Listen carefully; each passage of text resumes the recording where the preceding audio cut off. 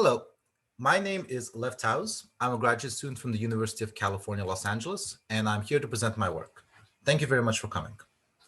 My work is entitled Non-Uniform Window Decoding for Multidimensional Spatially Coupled LDPC Codes. This work was done with my former labmate, Homa Esfahanizad, who is currently serving a postdoc at MIT, and my advisor, Professor Laura Dolachek. First, let's get a little background. We're all fairly familiar with LDPC codes and their many coding benefits, including fast decoding through belief propagation. LDPC codes are fully defined by their Tanner graph and the connections between the variable nodes and check nodes. Spatially coupled LDPC codes are an important subclass of LDPC codes, which are constructed by concatenating multiple LDPC codes into a single chain. Through this coupling, SC codes achieve capacity approaching performance and allow for low latency window decoding as shown in the figure and the representative parity check matrix. As a reminder, window decoding works by performing belief propagation on the subgraph defined by the window, decoding a set of targeted variable nodes, and then moving one step along the chain. In this case, the blue represents the targeted variable nodes and the green represents the already decoded variable nodes. Multidimensional SC-LDPC codes are a further extension of SC codes where coupling is performed along multiple dimensions. In the literature, coupling along different dimensions may vary, but in this work, we consider two-dimensional coupling where multiple SC codes are laterally connected into one long chain. These codes have demonstrated outstanding finite and asymptotic performance, which makes them a viable candidate in coding for multidimensional non-volatile memories, such as 3D Flash. Some examples of these benefits are listed here, including robustness to burst erasures, improved decoding thresholds, improved reliability over parallel channels, continuous transmission of multiple code words, and flexible finite length design for removing detrimental objects. We add on to this extensive list by demonstrating how to utilize the multidimensional coupling to create flexible low latency decoders. We note that many of these results use different variants of MDSC codes to demonstrate their benefits. We as well devise a new variant, but note that our results can be theoretically extrapolated to some of these codes as well. To our knowledge, the best known low latency decoder for MDSC codes uses a natural extension of window decoding where each individual SC code maintains its own window. All the windows decode synchronously and then move one step in unison. This can be seen as decoding one large window among the same parts within the SC codes. We consider this as the uniform window decoder because the shape of the window is evenly distributed among all the SC codes. While this offers the same latency and complexity benefits as regular window decoding, it does not take full advantage of the unique coupling provided to improve on decoder performance. As such, we devise a whole new strategy where we use non-uniform window shapes to better use the coupling provided here. This works by assigning different window sizes to different constituent codes based on which variable nodes are currently targeted for decoding. And the hope is that this would allow us to maximize the decoding probability of the target variable nodes while still being able to control the latency and decoder complexity. To provide some intuition, let us consider some scenarios. The graph on the right represents an MDSC code construction where the blocks are abstractions of individual LDPC codes. The rows are individual SC codes, and the columns are the same segment within all the SC codes. Arrows indicate a connection from a variable node to check node. As such, block 00 is connected to block 10 by variable node to check node connection, but it is connected to block 04 by check node to variable node connection. Assume that we want to decode the block 10 and that these blocks have already been decoded. Consider the scenario where all the sections are strongly connected to the targeted variable nodes in the sense that they have a direct connection to it through some check node to variable node connection. As such, we expect that equal amount of information along the same column will be provided to the targeted variable nodes, and that things that are closer to the decoded variable nodes always provide the most information. As such, the uniform window shape provided here would prove a very good decoder shape so as to that the targeted variable nodes get the best amount of information. But now consider the fact that the target variables are generally not always connected to all the sections in the same column evenly. In fact, the distance between them might be much larger than something within the same code itself. As such, while these sections are closer to the decoded variable nodes and thus have very good information to them, they are still farther away, which would dilute the information, as opposed to something that's closer but weaker. Hence, a good window shape might be the one seen on the right. Another thing to note is that the sections are not connected by symmetric kind of edges, in the sense that each block is connected by a variable node to check node or check node to variable node connections. It is not clear which connections provide the best information for decoding the targeted variable nodes, and it might be that the optimal window shape be the one seen on the right. We can see that there is a lot of nuance in this new construction that can be exploited to make better non-uniform shaped window decoders. Thus, our contributions are as follows. We provide a new, more general MDSC ensemble to allow for varying the coupling along different dimensions. We also present a novel non-uniform shaped window decoder and provide its key design parameters. Additionally, we show how to optimize the design parameters using density evolution for the BEC channel or the binary ratio channel and provide some insight into decoder design. Thus, we now want to get into our ensemble definition so that we can describe how our decoder works. First, let's get into some notation. This is the notation to define applying a modular operation. The second is describing a list of numbers based from a single integer.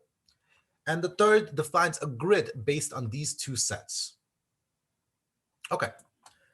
We are now going to define some of the model parameters and explain how each one fits into our model. First is DL, DR, which are the degrees of the variable nodes and check nodes respectively. All variable nodes and check nodes will have the same degree except the check nodes at the edges of the chain, which is standard for spatially coupled LDPC codes. L1 is the one-dimensional coupling length, or the length of the individual SC codes. L2 is the multi-dimensional coupling length, or the number of spatially coupled LDPC codes connected together. Gamma 1 specifies the maximum coupling depth along a constituent code. So the maximum number of sections a single section can be connected to within the same code. And gamma 2 specifies the maximum coupling distance among constituent codes. So it specifies in how many constituent codes can this individual section be connected to. And T specifies the edge density among constituent codes. So in general, higher T means that a larger percentage of edges will be between constituent codes than within a code itself. And finally, M designates the number of variable nodes within each section. Using these parameters, we can now define our MDNC code ensemble. Assume that we have individual sections with M variable nodes and this many check nodes, so that the correct number of edges are in the graph. And recall that each section represents an individual LDPC code within the SC codes. These sections are arranged in a grid of size L1 by L2. Recall again that a single row represents a spatially coupled LDPC code, and a column represents the same segment within different SC codes. We couple iteratively each edge at a time. So essentially, we will iterate through all the sections and iterate through all the variable nodes. And for each of the edges connected to a variable, we shall randomly flip an unfair coin. With probability 1 minus t, we select a section from within the same SC code. And with probability t, we select the section uniformly from this group right here. And note that gamma 2 specifies how far away I will look within the different SC codes in order to couple. And that note that the group selection here is circular among the SC codes. So essentially, if this was on the edge, it would loop back to the SC code on top. We'll explain why we do the circular connection in a bit, but bear with me for now. Okay, and note again that T specifies the average percentage of edges that will be used to connect the individual constituents codes together, and how many will be left over to connect the actual SC code itself. And so after selecting a section, we then randomly choose a check node within that section that can accept a new edge and connect them together, and repeat the process over and over until all the edges have been connected. Here we see an example of fully constructed MDSC code. Again, we note the circular connection along the second dimension. As we will shortly show, we do this to simplify the construction of our window decoder by allowing the wave-like decoding of SC codes to propagate only along one dimension. But again, we'll get that in a minute. The benefit of doing this construction is it allows for a very concise form of the density evolution equations. So when we take m to infinity and allow the sections to grow infinitely large, the density evolution allows us to analyze the asymptotic reliability over the binary erasure channel. And as a result, we get the following density evolution equations. Note that when t is equal to 0 or gamma 2 is equal to 1, these equations degenerate to the equations for standard SC LDPC codes. As such, these codes are a generalization of the one-dimensional SC code ensembles. And in fact, there's some similar properties that they hold. For instance, they have, regardless of the value of t and gamma 2, which are the parameters that specify the multidimensional coupling, they have the same normalized rate and block decoding threshold. All the codes in the ensemble. Additionally, they have exactly the same rate and decoding threshold as a SC code who didn't use this multidimensional coupling. So the question you might be asking, so why did we do this in the first place? Well, the real benefit comes now in terms of the non-uniform window design, where T and gamma 2 will strongly affect the type of windows we can take so as to maximize the decoding threshold. And we will see that based on different values of T and gamma 2, sometimes the uniform works better, sometimes a non-uniform works better. And thus we will show how this ensemble demonstrates the benefits of our new decoder. So now we will get into decoder design. First, we define our new non-uniform window decoder. Consider the vector W, which is the window shape vector. Let delta be the target erasure probability. Additionally, let this epsilon be the window decoding threshold, such that for all channel parameters of the binary erasure channel below it, all the variable nodes reach the target erasure probability parameterized on the window shape, W. Assume we choose a section to be targeted, such as this one as follows. We create our non-uniform window by centering the window on the row the target variable nodes belong and assign WK number of sections from each row to the window. And we always start from W0. As such, since we started this section, we use W0 number of rows, W1 number of rows, W2, and so on in a circular pattern. And we assume that a flooding schedule is used to update the variable nodes within each window so that it's easy to analyze. As such, we can use belief propagation and the density evolution equations we got earlier to analyze how well does this window shape perform in terms of these window decoding thresholds. And note that it can be completely possible that some sections within the window have already been decoded based on how the window moves through the SC code. The following represents an example where we use 5, 4, 3, 3, 4 as the window shapes. Okay. Let us now consider the decoder complexity and latency of the window shape we just provided.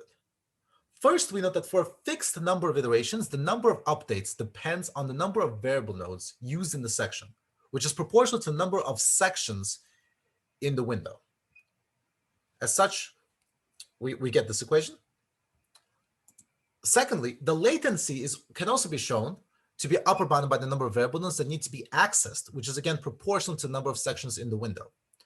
As such, we measure the measure of interest that we want to focus on here is essentially the size of the window, which is analogous to what we get in the one-dimensional SC codes. And what we want to be able to do is find good codes under a certain complexity constraint. So we define C to be the decoder complexity constraint and aim to find codes that maximize the decoding probability while still satisfying this bound. Now we discuss some key design parameters. The key points that we have to consider now is what order should the windows be processed in? What is the best window shape given the latency and complexity constraint? And how many iterations of belief propagation should each window perform? We note that resolving the first 2 points kind of naturally leads to the number of iterations per window that can be determined by running density evolutions until the desired error probability can be reached. As such, we focus mainly on the first 2 bullets and provide some rationale and simulations for our rationales. First is the processing order. As mentioned earlier, we use a circular coupling to guarantee that the wave-like decoding appears in the first dimension and quickly converges along the second.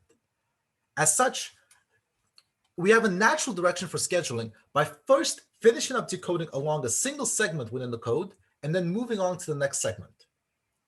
And hence, the windows essentially work in the following zigzag pattern, where we first decode a code within and then move on to the next.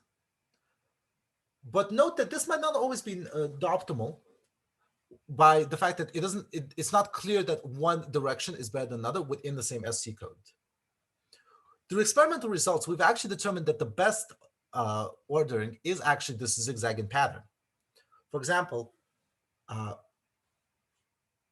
and we'll explain to you in a second why. From simulations, we observed that the actual order among the codes does not affect the decoding threshold. And this is because they all kind of face the worst case window at the very start when everything has not been decoded in the same segment. As such, different order does not really affect the window decoding threshold, but what it does affect is the speed of convergence, and thus the average number of iterations used per window. The graph on the right demonstrates some simulations of that.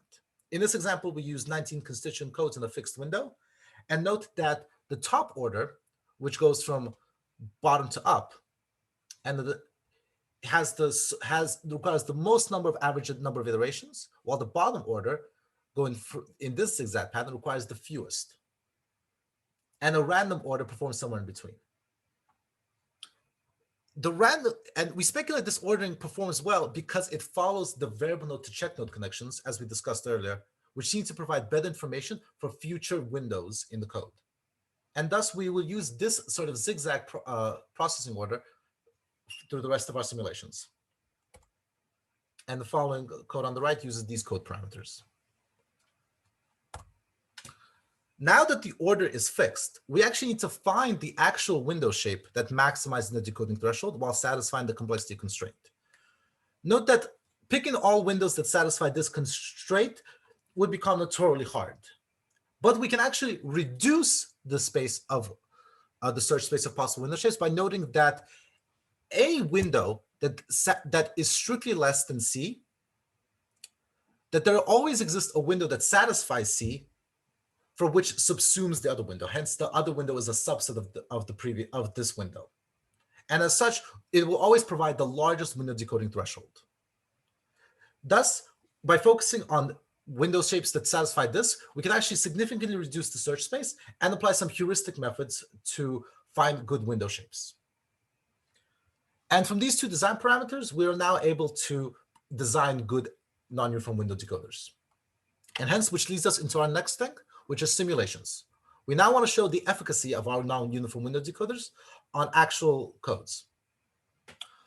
First, we present different MDSC code constructions and the best window shape to maximize the decoding threshold to achieve the specified decoding error of 10 to the negative 12.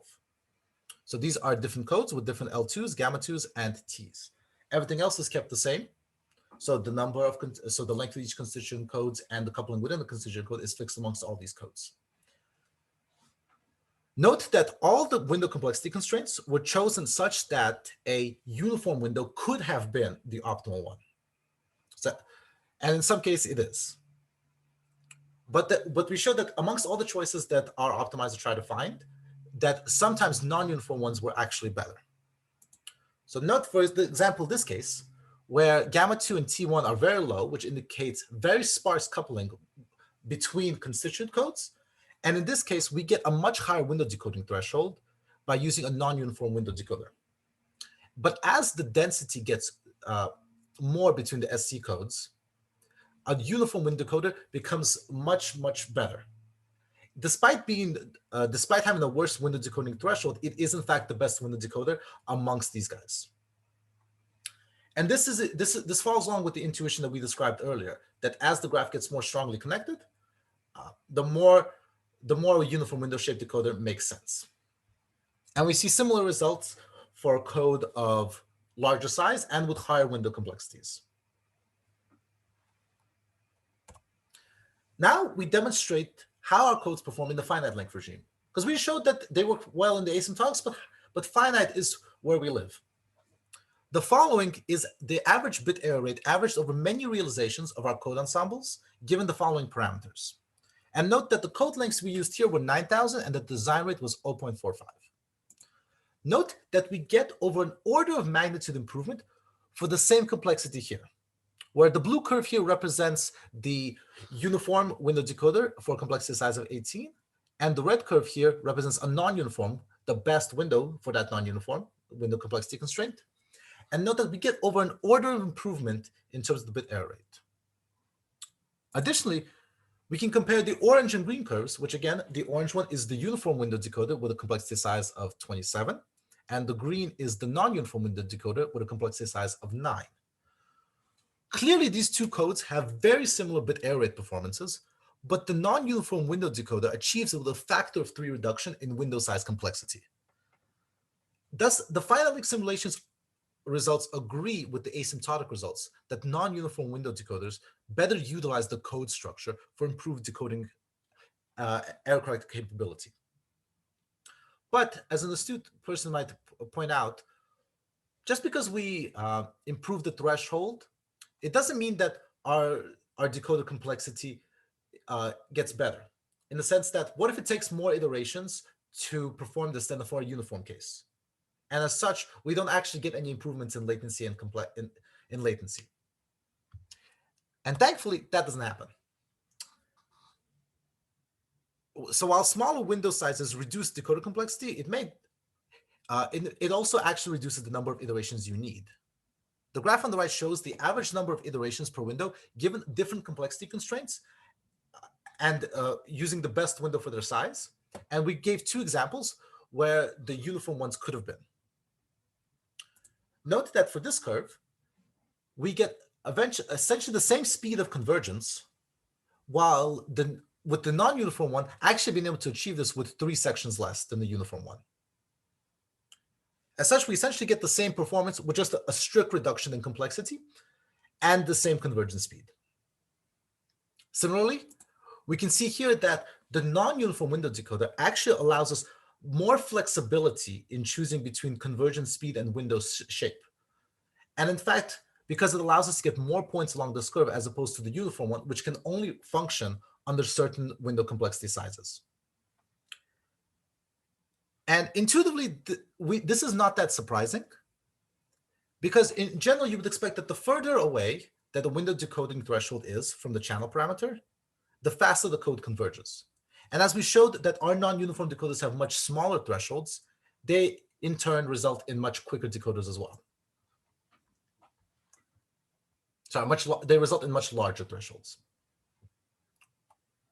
Okay, so, and this concludes, and we get to the conclusion. As such, we've now introduced a non-uniform window decoder that allows for more flexibility in the trade-off between performance, latency, and decoder complexity.